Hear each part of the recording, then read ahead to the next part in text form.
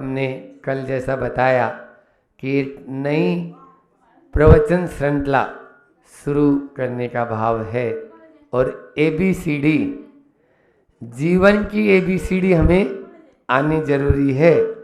जिंदगी की ABCD को जो समझ लेता है वो अपने जीवन का उत्थान कर लेता है, और जो जीवन की ABCD को जो नहीं समझ पाता वो पतन की ओर चला जाता है।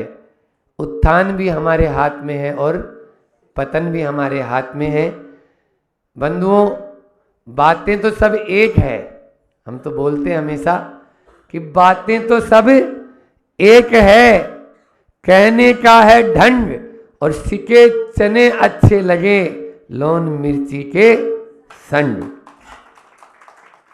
सिके चने अच्छे लगे लौन मिर्ची के संग, क्योंकि सारे शास्त्रों का सार, सारे साधुओं का एक तरह से देशना और तीर्थंकर भगवान की वाणी सब एक ही बात बोलती है कि जीव जुदा पुद्गल जुदा, जीव जुदा पुद्गल जुदा, यही तत्व का सार। और बाकी जो भी कुछ है ना वो सब शास्त्रों का विस्तार, वो सब शास्त्रों का विस्तार, बाकी जो भी है वो शास्त्रों का विस्तार है। इसलिए हमें अपने इस जीवन को आगे बढ़ने के लिए, आप किसी कक्ष में बैठे हैं और उस कक्ष में 2 खिड़कियां हैं। एक तरफ की खिड़की से मान लीजिए सुवास, सुगंधित वायु बह रही है, और दूसरी तरफ की खिड़की से बुराइयों की दुर्गंध आ रही है, धुआं उड़ रहा है। आप कौन सी खिड़की को खोलना पसंद करेंगे, कौन सी को बंद कर देंगे? बोलो। जो सुवास वाली खिड़की है उसको खुला रखेंगे, और जो धुआं आ रहा है या दुर्गंध आ रहा है उसको बंद कर देंगे।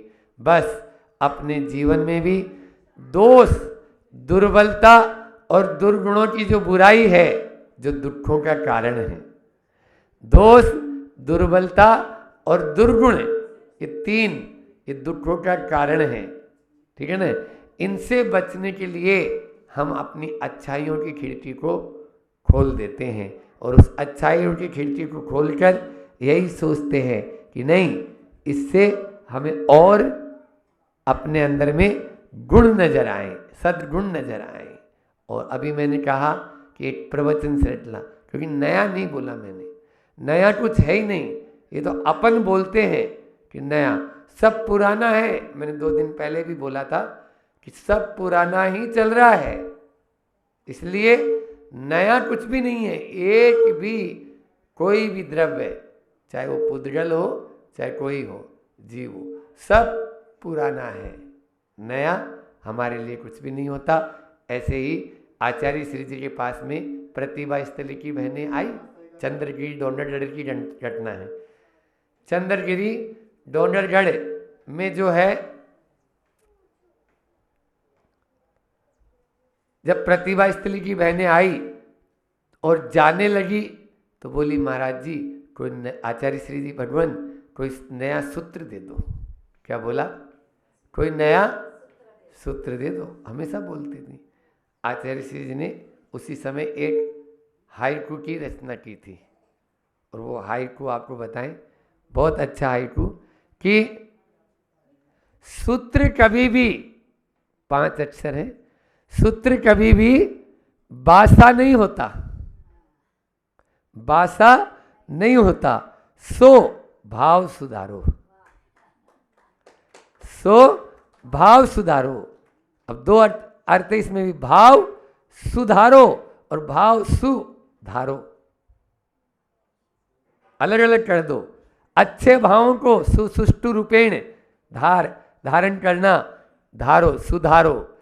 तो जितने भी तत्वार सूत्र जी हैं या जितनी भी कारिकाएं हैं आचार्यों की, ये सब कारिकाएं हमारे लिए आज भी वही अर्थ दे रही है और वही मार्ग बता रही है। बस चलना हमको पड़ेगा, वो बता रहे हैं कि आप इस मार्ग से जाओगे तो आप बहुत अच्छे से पहुंच जाएंगे। अब ये अलग बात है कि मैंने बताया ना, सिके चके चने अच्छे लगे लौन मिर्ची के संग, तो थोड़ा सा उसमें जायका आ जाए, इस प्रकार से अपनी अपनी वाणी के अनुसार उसमें परोसते समय माता भी जानती है कि भोजन को टेस्टी कैसे बनाया जाता है, ठीक है ना। हाँ, लेकिन उसको ऐसा भी टेस्टी नहीं बनाना अपन को कि वो बिल्कुल ही गड़बड़ हो जाए, ठीक है ना। जायका उसका बना रहे, जायका के साथ में स्वादिष्ट के हो, स्वादिष्ट के साथ में वह उसके जो मूलभूत गुण हैं, उसकी ताकत वो भी होनी चाहिए। अन्यथा यदि ताकत नहीं बचेगी तो वो भोजन भोजन थोड़ी, वो कचरा कहलाएगा। और आज लोग वही खा रहे हैं, समझ में आ रहा है। उसमें ज़्यादा मज़ा आता है ना उनको, क्योंकि वो चितनी चितनी चुपड़ी चुपड़ी बातें करते हैं और लोगों को बहुत अच्छा उसमें डाल के देते हैं, और लोग भी सोचते हैं हाँ ये मार्ग तो बहुत कठिन है, ये वाला सरल है, इस पे जल्दी चल जाएंगे।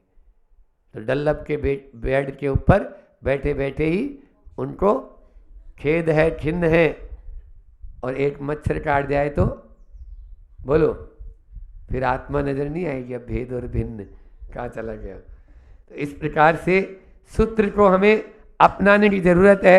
आज उन्हीं दोष, उन्हीं दुर्बलताओं और उन्हीं दुर्गुणों को दूर करने के लिए हम यह एक छोटी सी जो है ABCD की श्रृंखला, जिसमें वैसे तो देखो A का मतलब अटैक और B का मतलब बाईपास और C का मतलब कंट्रोल और D का मतलब नहीं करोगे तो डेथ, और कर लिया तो बोलो मजे में रहोगे। तो कंट्रोल करना जरूरी है। अगर नियंत्रण नहीं करेंगे तो कभी भी अपन आगे नहीं बढ़ पाएंगे। इस प्रकार से हर चीज पर, दोष दुर्बलता और दुर्गुणों पर नियंत्रण होना जरूरी है। बात बात में हम उत्तेजित हो जाते हैं, यह भी हमारा एक दोष है, उस दोष से बचना है। तो आज बात है ए की, और ए से एंगर। हाँ, एंगर इज डेंजर। क्रोध सबसे बड़ा हमारा शत्रु है, समझ आ रहा है। लेकिन हमने उसको क्या बना रखा है, मित्र। तो आज हम क्रोध पे नहीं बोलेंगे, क्योंकि हमें भी क्रोध आता है ना। हाँ, लेकिन उस क्रोध को कम कर सकते हैं, समझ में आ रहा है। हाँ, सड़क पर जो डेंजर जोन होते हैं उनसे बचने के लिए तो हम अपनी स्पीड कम कर देते हैं, हम बिल्कुल गाड़ी को रोक लेते हैं उस समय। लेकिन जो हमारे अंदर में जो एंगर है उससे बचने के लिए हम पुरुषार्थ क्यों नहीं कर रहे हैं। उससे बचने के लिए अपन को पुरुषार्थ करना है। 4 बात करेंगे कि सबसे पहले है अवेयरनेस। ऐसे क्या है, अवेयरनेस। अवेयरनेस का मतलब होता है सजगता, जागरूकता। जागरूक रहेंगे, सजग रहेंगे, तभी आप अपने दोस्त, चाहे वो एंगर हो और चाहे अभिमान हो, अहंकार, उधर ऐसे अहंकार शुरू होता है शुरू में, समझ में आ रहा है। ऐसे अनार पढ़ते हो ना, तो वो हिंदी जो बाहर कड़ी है उसका पहला अक्षर, और यहाँ पर ऐसे अहंकार और ऐसे एंगर। तो अपन को इन दोनों से बचने के लिए सबसे पहले सजग होना जरूरी है। कब गुस्सा आ जाता है मालूम ही नहीं चलता, कब मान हमारे ऊपर हावी हो जाता है, अहंकार आ जाता है, मालूम नहीं चलता। इन चीज़ों को तभी हम देखो अपनी प्रवृत्ति में, अपने जीवन में, अपने भाव में और अपने बर्ताव में जब तक हम परिवर्तन नहीं लाएंगे या सजग नहीं रहेंगे, तब तक कभी भी आप अपनी दुर्बलताओं को कंट्रोल नहीं कर सकते। कंट्रोल की बात हो रही है अभी, समझ रहे हैं। हाँ, तो कंट्रोल तभी हो पाएगी जब हम अपने अवेयरनेस, सजग रहें। आप देखो कई बार होता है, जैसे सजग कहाँ रहते हैं, बॉस होता है ना, बॉस। अब मान लीजिए आपको किसी के यहाँ काम कर रहा आदमी और वो बॉस कुछ भी आपको बोले जा रहे, कभी जवाब दिया? बोलो, कभी जवाब देते हैं? नहीं देते हैं। जो बड़े होते हैं वो कुछ बोलते हैं, अपन कभी जवाब देते हैं? नहीं देते हैं। क्यों?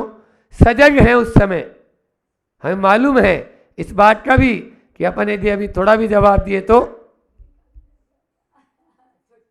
वहां पर तो अपन सजग हो जाते हैं, लेकिन घर पर नहीं हो पाते। बॉस के सामने तो सजग है और घर पर बेहोश है। बॉस के सामने होश में और घर में बेहोश में। हाँ बोलो, जहां पर आपको भय लग रहा है, डर लग रहा है, वहां पर तो होश में रहता है आदमी, अपराध नहीं करता। आप देख लीजिए, कोई भी ऐसा, अब किसी को छेड़ाछाड़ी, मान ली चौराहे पर जहाँ पर बहुत भीड़ भाड़ है और वहाँ पर कोई गलत काम कर देगा, वो क्यों नहीं करता है? क्योंकि उसको मालूम है कि अभी करूँगा तो एक तो पिटाई यही धुनाई होएगी, और धुनाई होने के बाद में पुलिस पकड़ेगी, फिर वो अंदर बंद कर देगी। तो वो सजगता तो हमें मालूम है, लेकिन अपनी नहीं। दूसरा है एक्सपेक्टेंस है, एक्सपेक्टेंस, स्वीकार भाव। जब तक हमारे अंदर में अपने दोस्तों के प्रति स्वीकार भाव नहीं आएगा, तब तक 3 काल में हमारे सुधार नहीं आएगा। अभी तो ये स्थिति है कि हम बिल्कुल भी,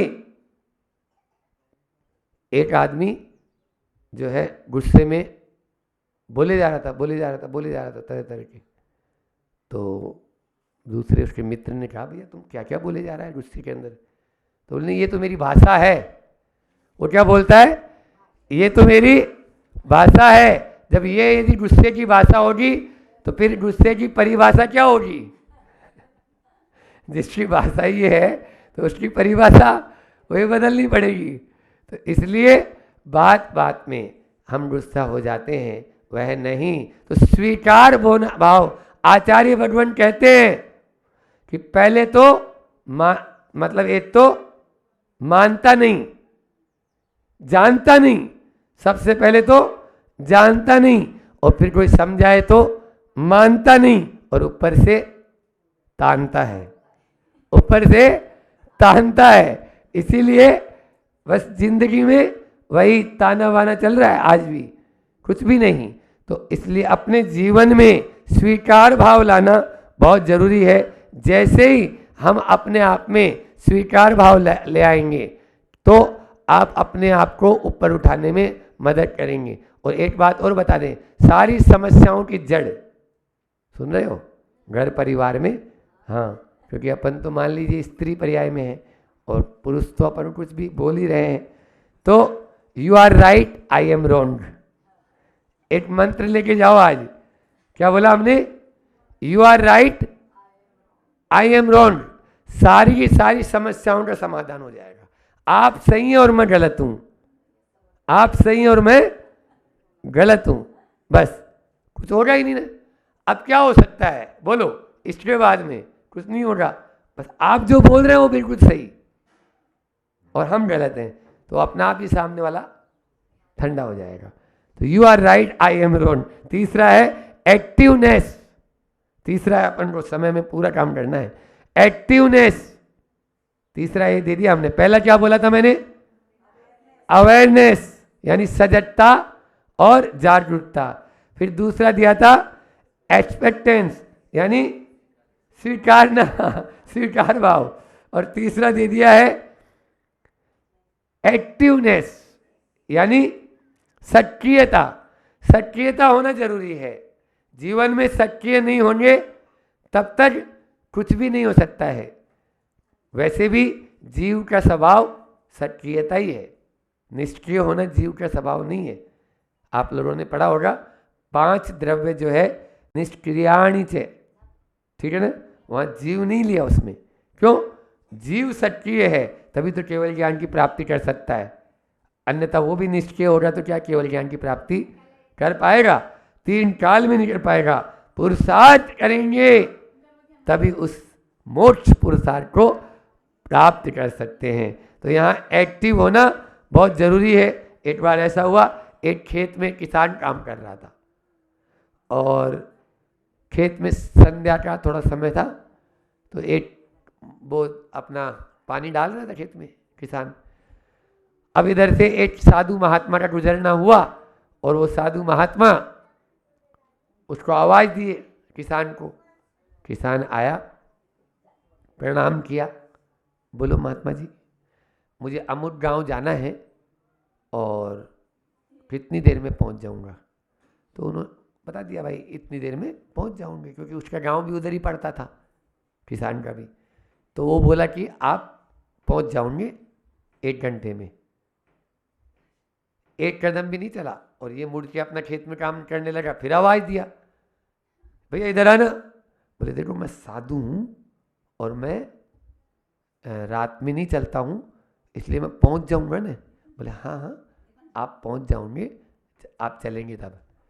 बस फिर वापस ये अपना काम शुरू किया और वो अभी 1 कदम भी नहीं चला और फिर वापस।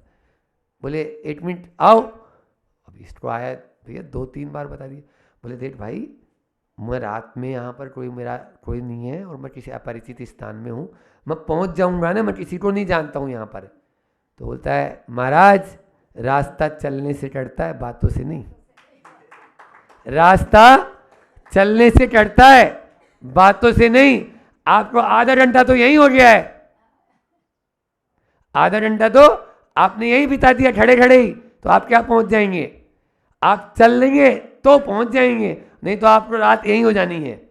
तो कई बार आदमी सोचने में ही टाइम कर, सक्रिय होना बहुत ज़रूरी है। आप देखिए कितना भी, लेकिन सक्रियता भी हमारी सही दिशा में हो, ऐसा नहीं गलत दिशा में दौड़ना भी अच्छा नहीं।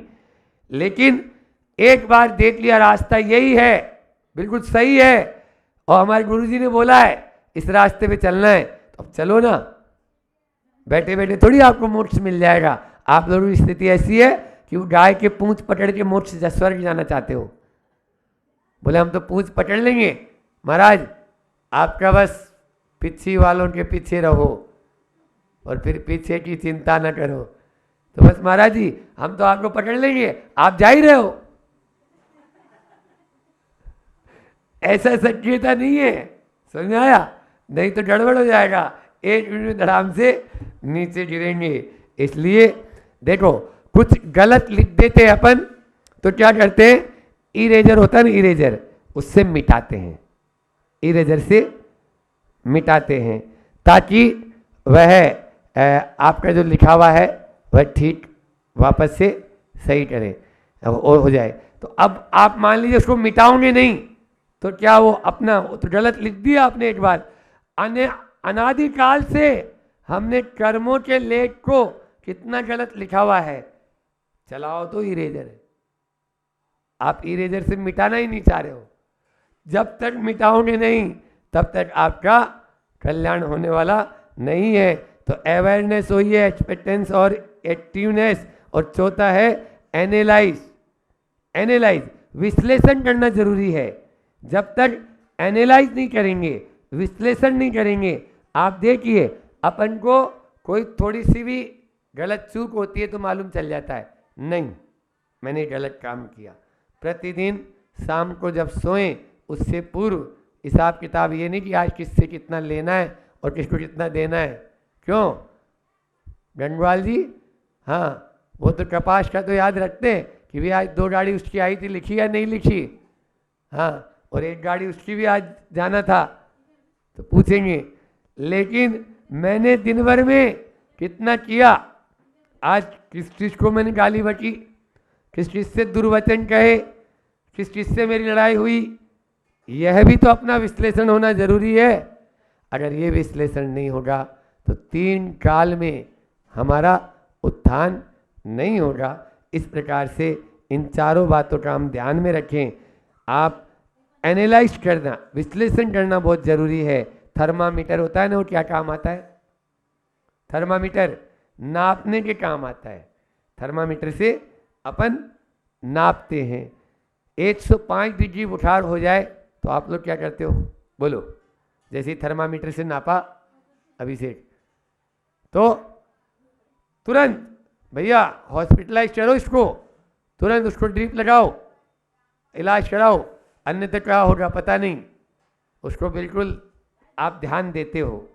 और 99 डिग्री बुखार हो तो बोलो 99 हो तो अरे आप कोई बात नहीं, ये चलता रहता है।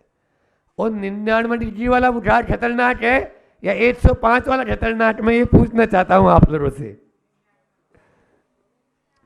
105 वाला तो थोड़ी देर के लिए आया और तुरंत चला जाएगा, और 99 डिग्री वाला सालों से बना है, वो निमोनिया का और हो जाएगा, उसको टाइफाइड हो जाएगा। समझ में आ रहा है? वो धीरे धीरे धीरे धीरे धीरे धीरे अंदर ही अंदर ज्वर हो जाता है, और फिर मल्टी ऑर्गन को वो समाप्त करना शुरू कर देता है, अंदर के ऑर्गन को समाप्त करना चाहता दे देता है। और जब मालूम चलता है अरे अपन को बुखार बना हुआ था क्या, अभी तो हम लोग मंडी वामोरा में थे तो मेरे ही हुआ था, मतलब अंदर अंदर में बुखार रहता था, बाहर में कुछ मालूम नहीं चलता था। एक वैद्य शिवपुरी के आए, वो बोले महाराज जी बोले दिखा दो नाड़ी, नाड़ी दिखाई तो बोले आपको तो 2-3 महीने से बुखार था। समझ में आ रहा है?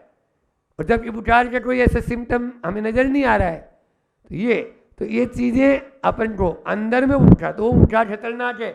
इसी प्रकार से हमारे लिए जीवन में भी छोटी छोटी जो बात बात में गुस्सा हो जाते हैं, ये हमें ध्यान नहीं रहता है। जो बड़ा एक बार में बम फूटता है वो तो ध्यान रहता है, और जो छोटी छोटी बात बात में ही कुछ भी कर रहे हैं अपन, वो हैबिट में आ जाता है, आदत में आ जाता है। और वो आदत जब तक हम परिवर्तित नहीं करेंगे तब तक हम अपने न एंगर पे न अहंकार पे कंट्रोल कर पाएंगे। इसलिए उससे जुड़ना, उससे उसको छोड़ना है तो अपने उस आदत को, बुरी आदत को, दुर्बलताओं को, दुखों से, कष्टों से छुटकारा पाना है। तो इन 4 ए को याद रख लेना, अवेयरनेस, एक्सपेक्टेंस, एक्टिवनेस और एनर्जाइज। अन्यथा किसी ने ठीक कहा है कि सुधार है, ध्यान रखना, सुधार है तो सार है। सुधारो मैंने बोला था तो उस पे ही, सुधार है तो सार है, अन्यथा सब बेकार है। सुधरना ही तो साधना है। तो सुधार है तो सार है, अन्यथा सब बेकार है। चढ़ रहे हैं अपन, आगे बढ़ रहे हैं तो जय जयकार है, और नीचे पतन की ओर जा रहे हैं तो हाहाकार है, धिक्कार है। उस हाहाकार और धिक्कार से अपने आप को बचाएं। इसी भावना के साथ मैं अपनी वाणी को विराम देता हूँ। बोलिए अहिंसा परमो धर्म की, आचार्य गुरुवर विद्यासागर जी महामुनि राजे। कल हमने आप लोगों के सामने बात करी थी कि पिछले वर्ष को आपको झांक कर देखना है, तो 6 बातें आपके सामने रखी थी कि पिछले वर्ष में आपका बेस्ट विजन क्या था। बेस्ट विजन में बात करी थी, एक होती है वर्तमान दर्शिता, एक होती है दीर्घदर्शिता और एक होती हितदर्शिता। वर्तमान में आप पैसा खर्चा कर रहे हो, वर्तमान दर्शिता है, और कुछ जमा कर रहे हो, ये हितदर्शिता है, ये दीर्घदर्शिता है। लेकिन हितदर्शिता क्या है? जो आने वाले समय में आपके साथ जाए, वो हितदर्शिता है। तो बेस्ट विजन क्या था उस पर अब चर्चा करी थी। और फिर बेस्ट मिशन क्या है आपका, आपके जीवन का। पिछले वर्ष में आपने कोई बेस्ट मिशन बनाया वो है कि नहीं? हमने यही कहा था कुछ बनाओ ना बनाओ, राग देश कम होते जाए, बस ये वाला मिशन बना लेना तो बहुत अच्छी बात है। फिर बेस्ट डिसीजन क्या है आपके पिछले पूर्व 1 साल में, कौन सा ऐसा बेस्ट डिसीजन रहा जिस डिसीजन के माध्यम से आपका जीवन उत्कृष्टता की ओर आए? कोई ऐसा नियम कुछ किया नहीं किया, विचार करना। फिर करी थी बात बेस्ट ड्राइवेशन, ऐसा ड्राइवेशन कि वो आंखें जो टीवी की ओर ना जाकर कहाँ चली गई, भगवान के दर्शन करने चले गई। वो पाँव होटल में ना जाकर तीर्थंकर ले ली और गुरु के दर्शन के लिए आ गए। कोई ऐसा बेस्ट ड्राइवेशन आपके जीवन में क्या रहा? बेस्ट एक्सप्रेशन क्या, मतलब अच्छा व्यवहार, ऐसा कोई अच्छा व्यवहार जो आप आगे तक जीवन में याद रखोगे। पिछले 1 वर्ष में कोई ऐसा अच्छा व्यवहार किसी के साथ आपने किया है? किया है तो बहुत अच्छी बात है, उसको बार बार आपको याद करना है। और फिर मैंने बात बोली थी बेस्ट ओकेशन। बेस्ट ओकेशन मतलब कोई श्रेष्ठ प्रसंग, वो प्रसंग जो आपके जीवन में ऐसा लगे कि जब भी उसको आप याद करो अंदर से आनंदित हो जाओ, अंदर से अवभाव हो जाए। ऐसी 6 बातें कल आपके सामने हमने रखी थी। फिर आज अपन प्रारंभ करते हैं। आज सुबह सुबह 2 सज्जन यहाँ पर लगे हैं, बहुत जब से हम 52 गजा तब से लगे हैं, बार बार 8-10 बार 52 गजा आ गए। निवेदन करने हमारे निर्मल भाई और नितिन भाई, और दोनों के दोनों आज सुबह सुबह आ गए। सुनना बहुत अच्छी बात है कि दोनों सुबह सुबह आ गए और सुबह सुबह बोले महाराज जी एक स्वप्न आया है। दोनों को एक साथ स्वप्न आया था। बोले स्वप्न आया है। मैंने कहा क्या स्वप्न आया है? बोले स्वप्न ये आया है, दोनों को स्वप्न आया और भगवान ने साक्षात नेमिनाथ और नमीनाथ ने स्वप्न दिया है। हमने क्या स्वप्न दिया है? बोले आज जो भी 1 तारीख को हमने सुना बहुत सारे लोग आ रहे हैं, लेकिन मंदिर में वही जाएगा जो इस प्रश्न पत्र को हल करेगा, जो इस प्रश्न पत्र को हल करेगा। मैंने कहा कौन सा प्रश्न पत्र है? तो बोले प्रश्न पत्र भी ये, इसमें सिर्फ 2 ही प्रश्न हैं, उसमें सिर्फ 2 ही प्रश्न हैं। एक प्रश्न 99 नंबर का है और एक प्रश्न 1 नंबर का है। अब ये 2 ही प्रश्न हैं। अब हमें तो समझ में नहीं आ रहा हम किसको जान देंगे और किसको नहीं जान देंगे। जो सीधे या तो वो मेरिट लिस्ट में या सीधे फेल है। प्रश्न तो बताओ क्या है प्रश्न? तो उन्होंने कहा कि एक प्रश्न ये, अगर आप खुश हो तो 1 नंबर, आप खुश हो तो 1 नंबर, और आपसे सब खुश है तो 99 नंबर। बोले अब बताओ क्या करना है, किसको अंदर जानने, भगवान के दर्शन करने, सब खुश होंगे। अब आपसे मैं प्रश्न पूछता हूँ, आप लोग सब दर्शन कराए बिना परमिशन के, अंदर चले भी गए, दर्शन भी कर लिए, अभिषेक भी कर लिए, चरण भी छोड़ लिए। वहाँ की तो आज की एंट्री क्या फीस क्या थी? वहाँ की बोली नहीं थी वहाँ की फीस। वहाँ की फीस तो ये थी, अगर सब खुश हैं आपसे तो ये आप अंदर जा सकते हो। हैं आपसे सब खुश? विचार करना, हैं आपसे सब खुश? सब खुश होते हैं? कोई एक आध तो कह दे कि नहीं मुझसे सब खुश हैं। शायद यहाँ बैठा हुआ एक भी व्यक्ति नहीं होगा जो जिससे सब खुश हो। अपने परिवार वाले, चाहे वो पिताजी हो, चाहे वो अपने ऑफिस में नौकर हो, चाहे और भी व्यापारी हो, अपने व्यापार संबंधित हो, जिससे सब खुश हो। नहीं, मेरा व्यवहार, मेरे से सामने वाले का व्यवहार है ये कोई मतलब नहीं, लेकिन मेरा व्यवहार दूसरों के प्रति क्या है ये मतलब है। हालांकि मैंने दोनों का नाम लिया है, काल्पनिक है, स्वप्न उनको नहीं आया था, क्योंकि साधु वचन झूठे नहीं होने चाहिए, काल्पनिक है।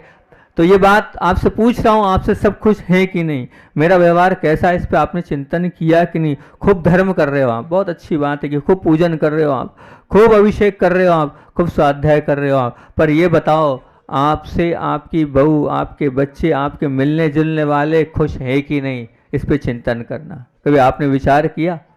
मैंने अभी 3-4 दिन पहले एक बात बोली थी कि 5,000 10,000 रुपये साल का एक मूर्ख बनने का एक क्या बना लो, मूर्ख बनने का एक प्रोजेक्ट बना लो कि ये 10,000 रुपये है मूर्ख बनने के। मूर्ख बनने से तात्पर्य क्या है? कोई गरीब है, कोई ऑटो रिक्शे वाला है, कोई सब्जी वाला है, कोई ऐसा व्यक्तित्व है, उससे कभी भी क्या करना नहीं, वार्निंग नहीं करना है। ऐसा नहीं कहना 20 के 15 ले ले, 17 ले ले, अरे 20 के तो 25 ले ले। 5 ज़्यादा दे दोगे तो उसकी दुआएं आपके साथ रहेगी, उस गरीब का साथ आपके साथ रहेगा। ये बात मैंने आपसे कही थी। तो भगवान के जगत का पेपर है, आपसे सब खुश हैं तो 99 नंबर, और आप ही खुश हो तो 1 नंबर। अब आप किस प्रकार की क्वालिटी में और कौन सी लिस्ट में आते हैं वो तो आप जानिए।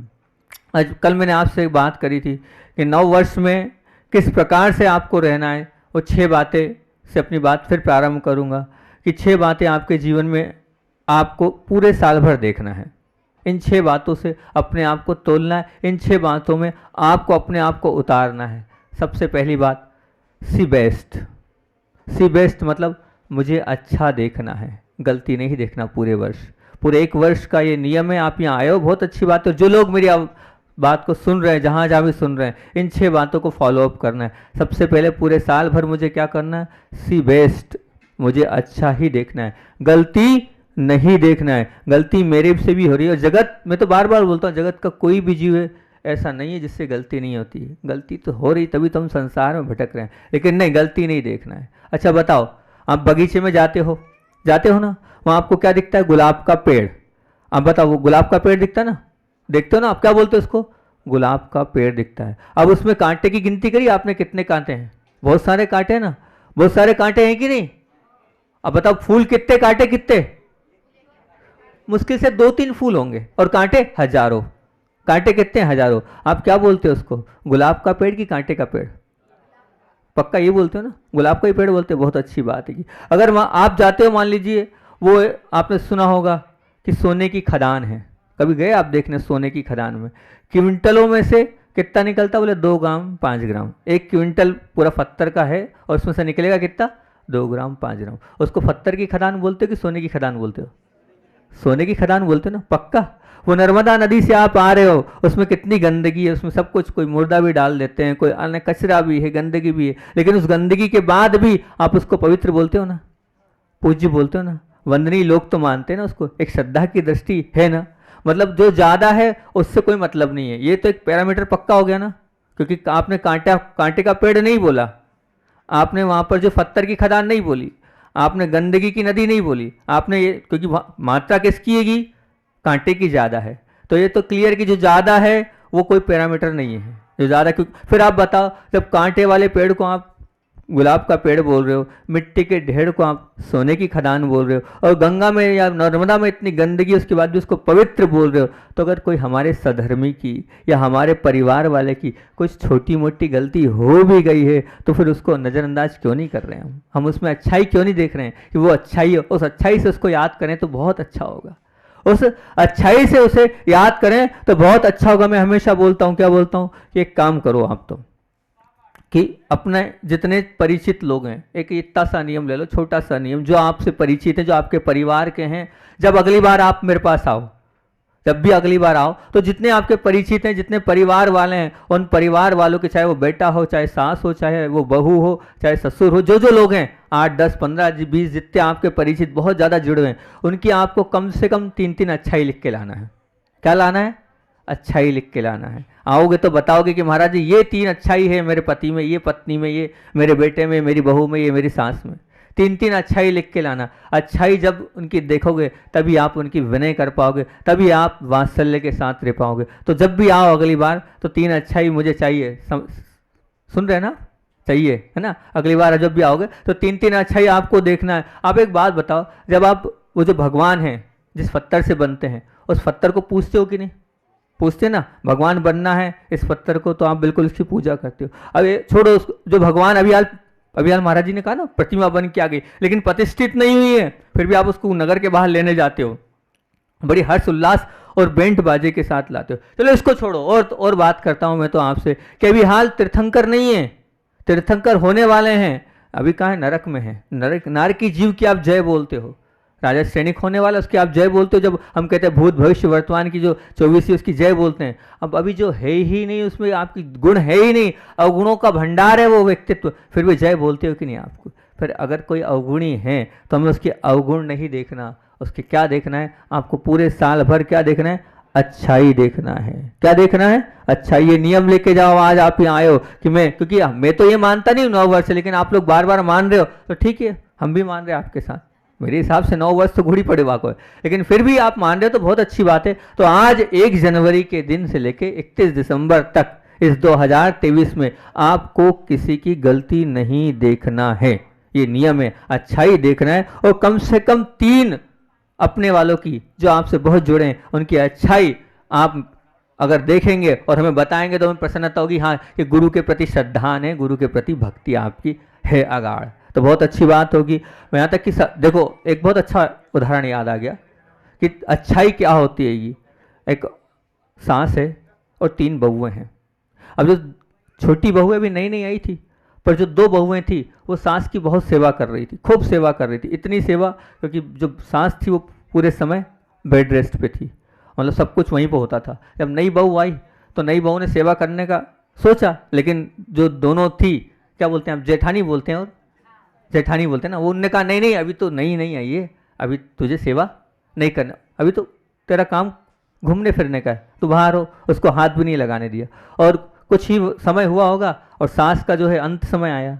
तो अब अंत समय आया तो उसने जो है अपनी 3 बहुओं को बुलाया, और 3 बहुओं को बुलाने के बाद क्या, 3 किलो सोना था, 1 किलो एक को, 1 किलो एक को, और 1 किलो एक को दिया। तो छोटी वाली बहू थी वो तैयार नहीं थी लेने के लिए, और वो कहती है कि ये भगवान मेरी सास को किसी तरह से उसकी मति पलट जाए, इस सोने की मैं हकदार ही नहीं हूँ, मेरी दोनों की दोनों जो भाभियाँ हैं वही तो हकदार है, फिर भी मुझे मिल रहा है पर मैं चाहती नहीं हूँ। है आपके अंदर ऐसी ताकत अच्छाई देखने की?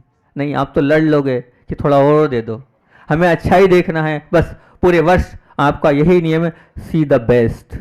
मुझे सिर्फ अच्छा ही देखना है पूरे 1 वर्ष, किसी की बुराई नहीं देखना है। मैं बार बार कहता हूँ, हर व्यक्ति चाहता है हमें ऊंचा उठना है, ऊंचा उठना है। ऊंचा उठने के लिए आचार्य उमा स्वामी क्या सूत्र बोल रहे हैं?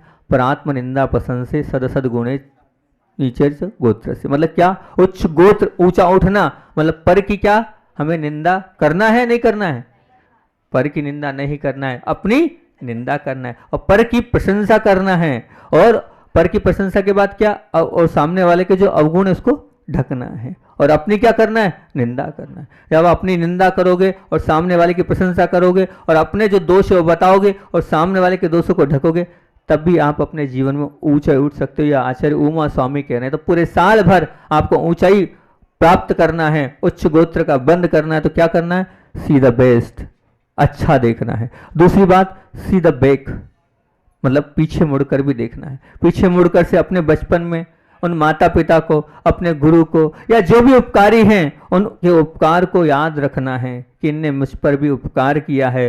भूतकाल को आपको याद करना है कि ये इनके माध्यम से मैं कहाँ बढ़ा था। अपने माता पिता हैं तो जाओ, कम से कम उनकी सेवा करो, उनकी भक्ति करो, और उनके उन उपकारों को चुकाने का मौका है वो करो आप, क्योंकि उनके त्याग को, उनके कष्टों को याद करोगे तभी आप उनके उपकारों को याद कर पाओगे। आपको उनके कष्ट और उनकी जो तकलीफें हैं वो अगर ध्यान आ रही है तो बहुत अच्छी बात है, नहीं तो ध्यान रखना आज हर घर में यही समस्या है, हर परिवार में यही समस्या है कि कोई भी अपने बड़ों के उपकार को याद नहीं कर पा रहे, बहुत बड़ी गलती है। यहाँ तक कि एक भाई था, उससे एक बात बोली, जो छोड़े वो मालिक, जो छोड़े वो मालिक, और जो जोड़े वो गुलाम, जो जोड़े वो गुलाम। दूसरी बात उससे कही, बात ही बात में मैंने कहा ध्यान रखना, जो अधिकार के पीछे पड़ा है उसका जीवन अंधकार में ही रहेगा, ध्यान रखना। दोनों का, भाइयों का विवाद बहुत दिन से चल रहा था, लेकिन बहुत समझाने के बाद, नाम नहीं लेंगे, अच्छा नहीं लगता है, उन दोनों में एकता हो गई, और एकता होने के बाद जो केस चल रहा था वो केस उसने उस दिन छोड़ दिया, बोले मैं तो मेरे भाई को देता हूँ, कहाँ मैं बांध के ले जाऊँगा। तो ध्यान रखना, जो अधिकार के पीछे घर घर में लड़ाई हो रही है वो अंधकार की ओर ले जाएगी। आपको अंधकार में नहीं जाना है, आपको तो उजाले में जाना है, तो उस अधिकार की लड़ाई में आपको बिल्कुल नहीं लड़ना है। क्योंकि हमारे गुरुजी बार बार कहते हैं, क्या कहते हैं, घर क्यों छोड़ा। ये आपने कभी चिंतन किया कि हमने घर क्यों छोड़ा, घर किस लिए छोड़ा, किन भावों को लेकर छोड़ा है। अगर पीछे हमारा वो लक्ष्य याद रहेगा तो निश्चित तौर से हम भटकेंगे नहीं, हम अपने लक्ष्य को नहीं भूलेंगे तो बिल्कुल बन। जब बहू घर आई थी तो क्या सपना लेकर आई थी कि सास की सेवा करूंगी, ससुर की सेवा करूंगी, सबकी सेवा करूंगी, पर वो गोल कहाँ चला गया आपका।